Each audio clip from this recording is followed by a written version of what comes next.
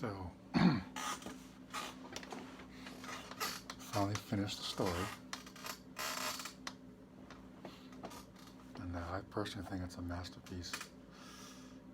I just,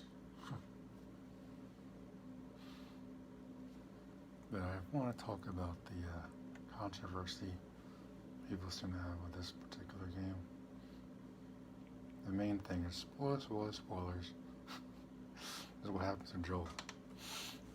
Now, coming off of the first game, this picks up immediately after the first one ends. The prologue is right after all the stuff happens at the hospital. And then we skip 4 years. And yada yada yada. Let's get to the point where people talk about the most. Joel meeting Abby. Now here's a situation of what happened. Abby was looking for a lookout in the wilderness. Comes across a freaking horde of zombies. Gets saved by Joel and Tommy. You know, he's acting so out of character. Like, how? How? What are we supposed to do? Let her leave her freaking die? It's a freaking horde. Anything that happens after that was not his fault. Where's he now? I don't know. What do you mean? This is the right building. Never been to this part. I mean, The bridge drops us off at the back of the building. Joel and Tommy Okay, hang on. Let's see if we can find our own way down. do the right thing no matter what. That's who they are. If that's the worst of It ain't about trust. Maybe it wasn't luck. Given the circumstances, Tommy even said that Jackson was a few hours out. What the hell was I supposed to do? Well, I don't. If I'm gonna die, I'm gonna die for me. Then what are you doing?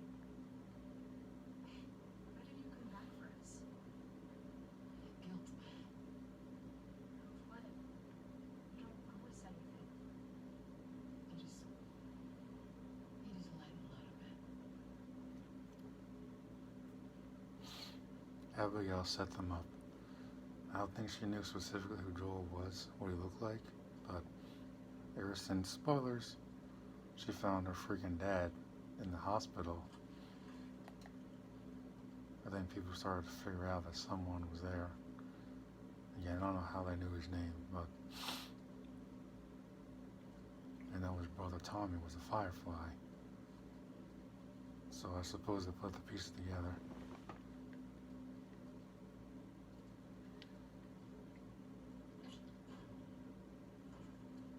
Where's our way down?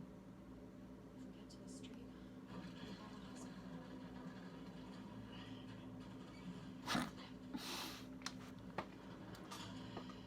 I never understand people. I really don't. I got the clothes. Here. I mean, when you really look at the sequence itself, it was crafted well, very well.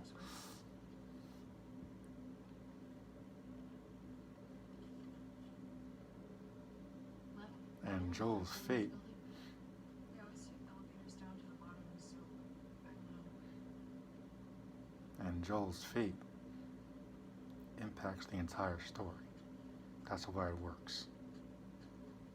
Is it sad? Yeah, it's sad. I was upset, but I'm not anymore. I like Joel, but let's stop pretending that he's a saint that he never was. Alright? Joel has done some brutal shit over the course of this series. Ellie knows it, Tess knew it. Stop acting like he was a saint, alright? He's done some crazy stuff. The very beginning of the first game, he shoots someone in front of his kid. Acts like it's nothing. This guy was on edge from the beginning. Like, let's stop pretending that he was this hero, you know? He's not. He'd be the first one to admit it.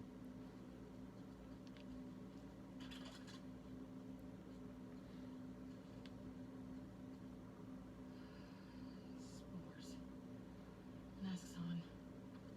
I don't have one. Do you guys not believe in gas masks? We were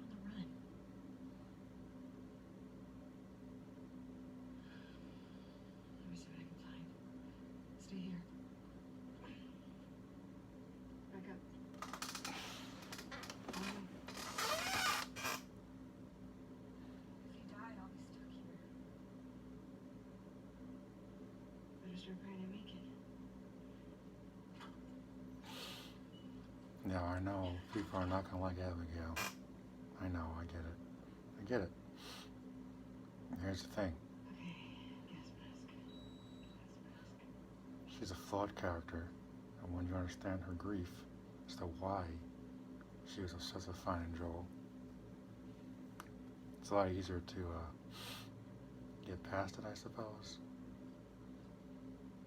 I like Joel as much as anybody else, but for the sake of the story, yeah. The mentor character always goes, people. It's common sense. When you want to progress, when you need to progress a story, the mentor character always goes. So that's always how it's been. There's no other way for Ellie to grow as a character if she continues to rely on Joel. I'm not saying I liked it, but it served the purpose. It's the bottom line.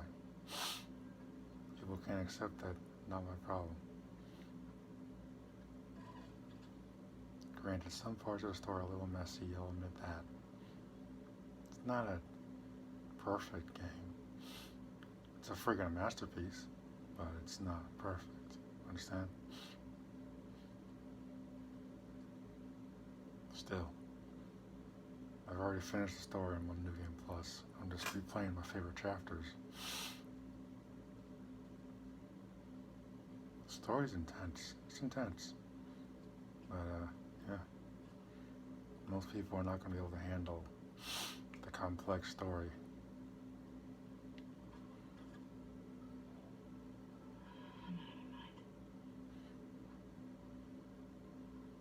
Complex story that's being told.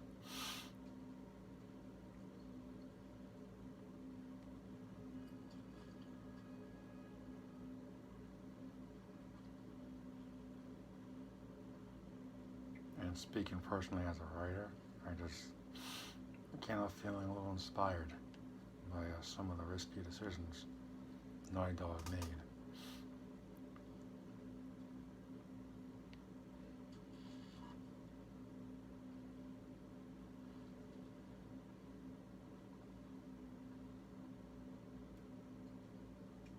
I get it, I really do, I understand. I'm gonna be depressed in the first hour of the game, but it gets better. There are flashbacks that flesh out Joel and Ellie's relationship. You can still feel his presence in the game, but it's just not another Joel and Ellie adventure. Though there is this one mission where you team up with Joel, playing as Ellie, seeing that through her eyes is, I think, one of the best parts of this game. That's the whole point of the first game, you see her through Joel's eyes, his perspective. This is about Ellie's perspective and Abigail's perspective. That's the point people are missing.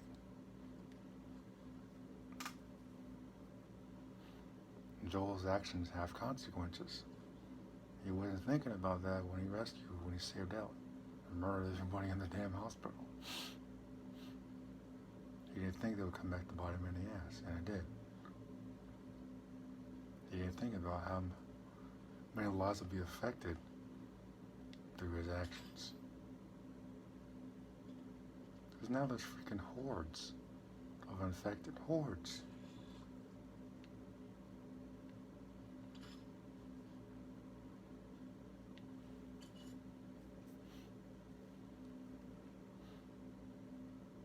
And as far as that scene,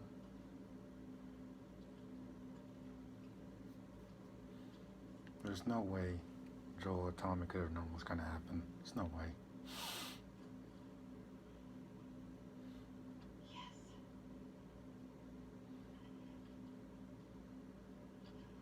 And Tommy introduced them as a way of being friendly. It's like, oh, Joel's too trusting. It's not about trust, you morons.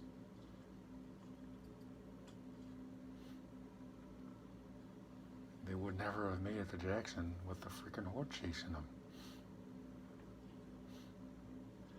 If they kept going and they led that horde past Jackson, anybody else that died would be on them.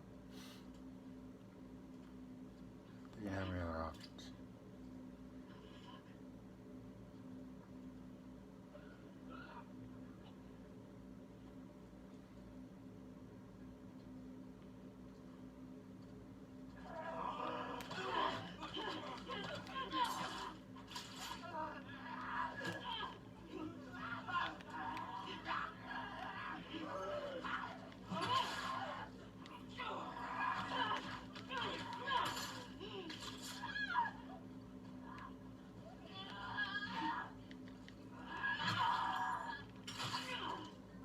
Damn, there goes my hammer.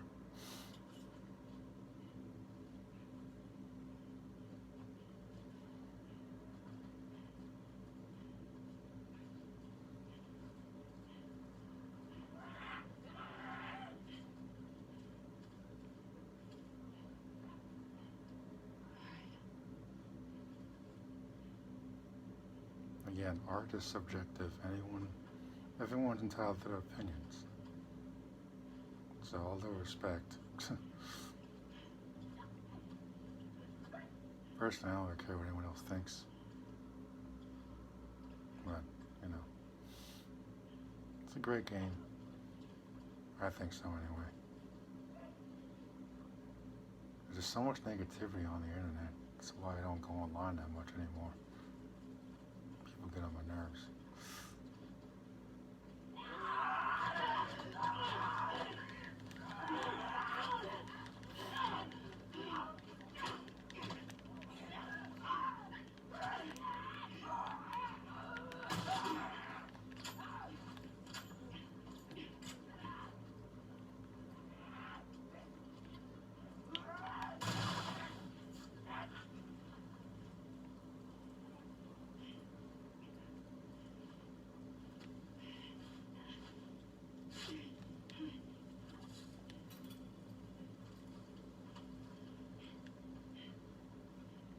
Like when I first played, I'm like, okay. I'm like, okay, so that happened. But why did it happen?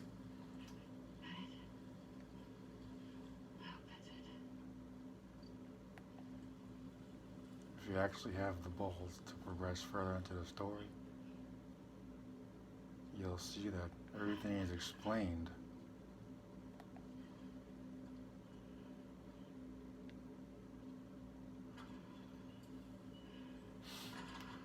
You understand more of why.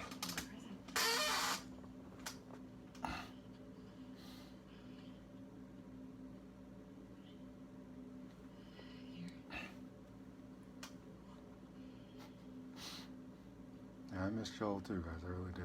But Can't move any faster. Oh dear. the beautiful thing about storytelling sometimes is you gotta cycle in new characters to keep stuff fresh. You know what I mean?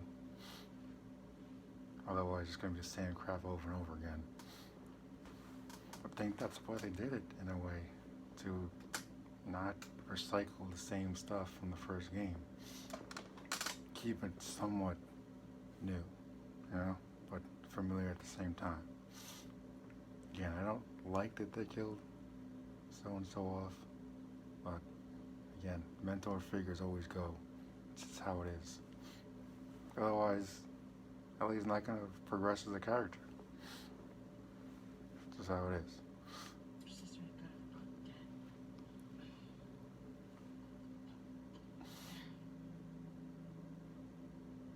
We got this. And when you really, if you give Abigail a chance, she actually is a decent character.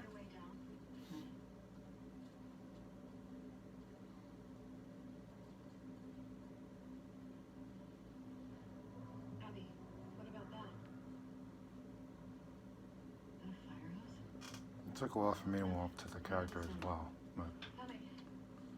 she is a decent character, and she has her own character arc.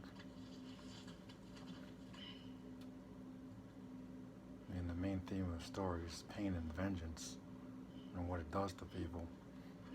It transforms Ellie. Abigail seems like she was always like this anyway, but I'm gonna head down.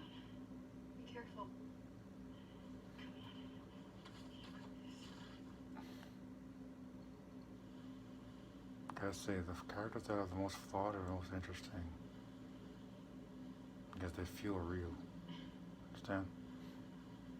I mean, think about all this rioting crap going on in the real world. People are reacting to every little damn thing. Now what? Follow me. Getting all over emotional about everything.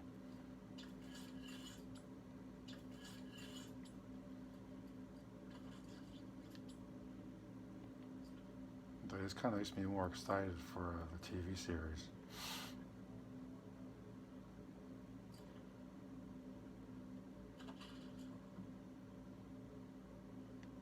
I think that's going to be really good.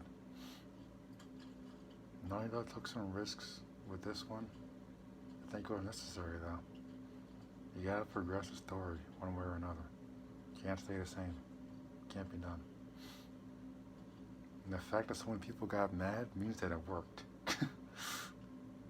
I was mad. Didn't throw a tantrum though. Took a step back and went, okay, what story are they trying to tell me? Why did this happen? And lo and behold, I got further into the story and I got the answers. Doesn't make it any easier to deal with, but at least, oh crap.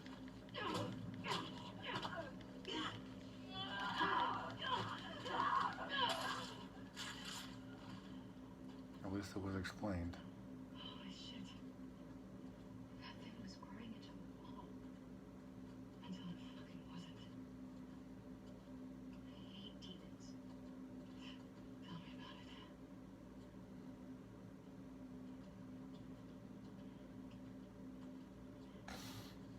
The complaints I hear online just make me laugh. It's so clear who actually played the game and who hasn't. I just finished it last night. You know, it's fantastic.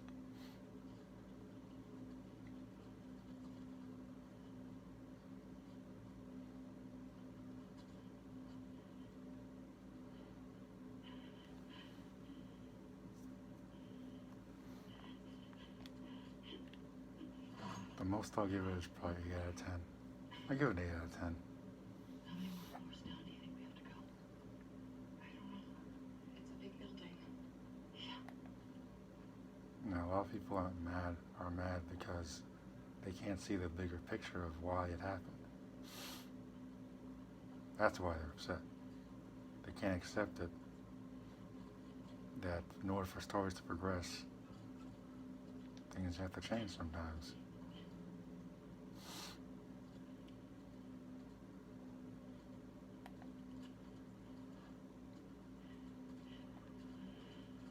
Just the way it is.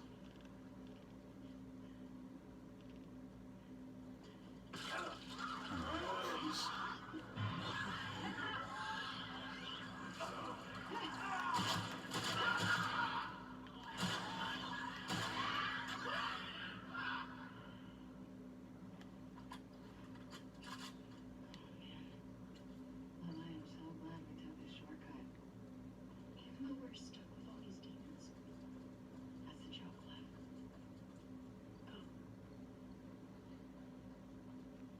Got my crossbow and my flamethrower.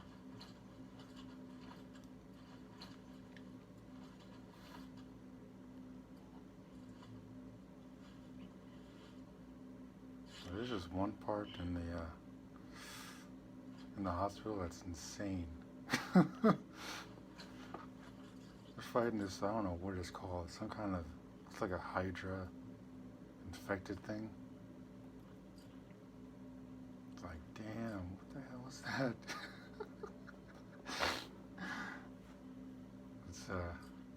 It's interesting, I'll tell you that, like, damn. You gotta run, squeeze through all these tight spaces. Of course, I'm playing on simple mode, just because I don't really feel like running from hordes of infected. not like Days Gone. At least in Days Gone, you have a bike. You can outrun them with your bike or whatever. But no such thing in Last of Us.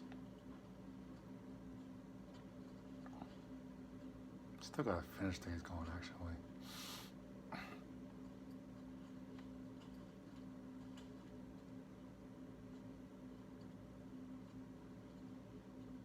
Yeah, people are always gonna complain.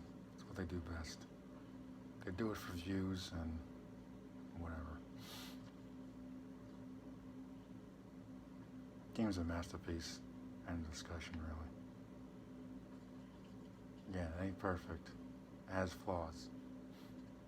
What are those flaws, you might ask? Some parts of the story are flimsy, I'll admit. And there are several points where it could have ended, but it kept going on. Mainly spoilers.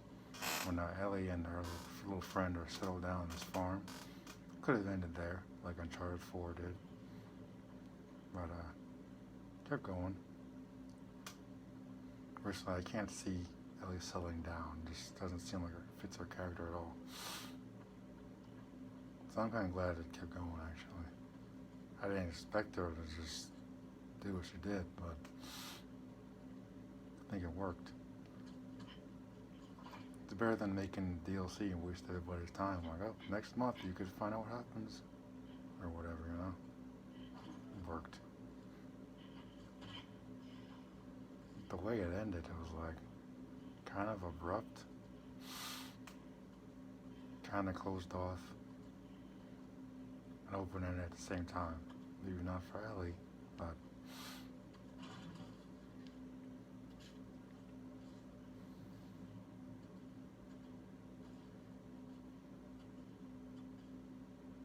man, one of the trailers, I think Joel said there's a cost to her quest for vengeance, and it's like what Joel said in the first game. It was like, it's called luck, and it is gonna run out.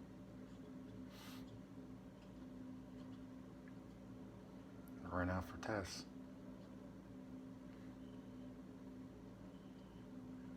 It ran out for Sam, Henry.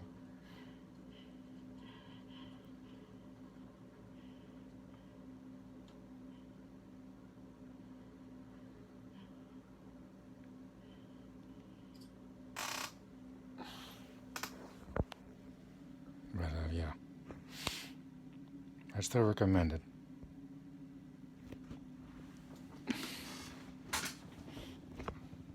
You know, I just spoiled it here, yeah. So, it's a good game. If there is a part 3, I'm looking forward to playing that as well. But right now I'm going to focus on, maybe I'll play the first and second one back to back, I don't know. You don't really have to, because the part 2 kind of starts off with a recap of the first one, so it's like a retelling of the last act of the game with better graphics than the shitty 2014 graphics on from PS3. Yeah. Solid. I gave it a solid 8 out of 10. It's a good game. Not for everybody. Not everybody's gonna like it. Some people are gonna hate it. Other people are gonna say, okay, that was good, but so and so made me unhappy, or Joel was out of character. No, it really wasn't. But what else was he supposed to do? You can see both sides of the argument, which is what I'm talking about with perspective. You can see both sides of the argument. You can see it from Joel's perspective. They don't want to lose somebody else that he cares about. Ellie's perspective, basically losing a father figure. And Abigail, who actually lost her father, and who was pissed off and wanted revenge, and spent years tracking him down. But she spared Ellie, because she was only after Joel. And, you know, it's about pain and what it does to people. That's the whole point. Kind of a reflection of the modern world, in a way. That's what I like about Naughty Dog games. Specifically Last of Us. And, you know. check it out if you can spare the time, or don't.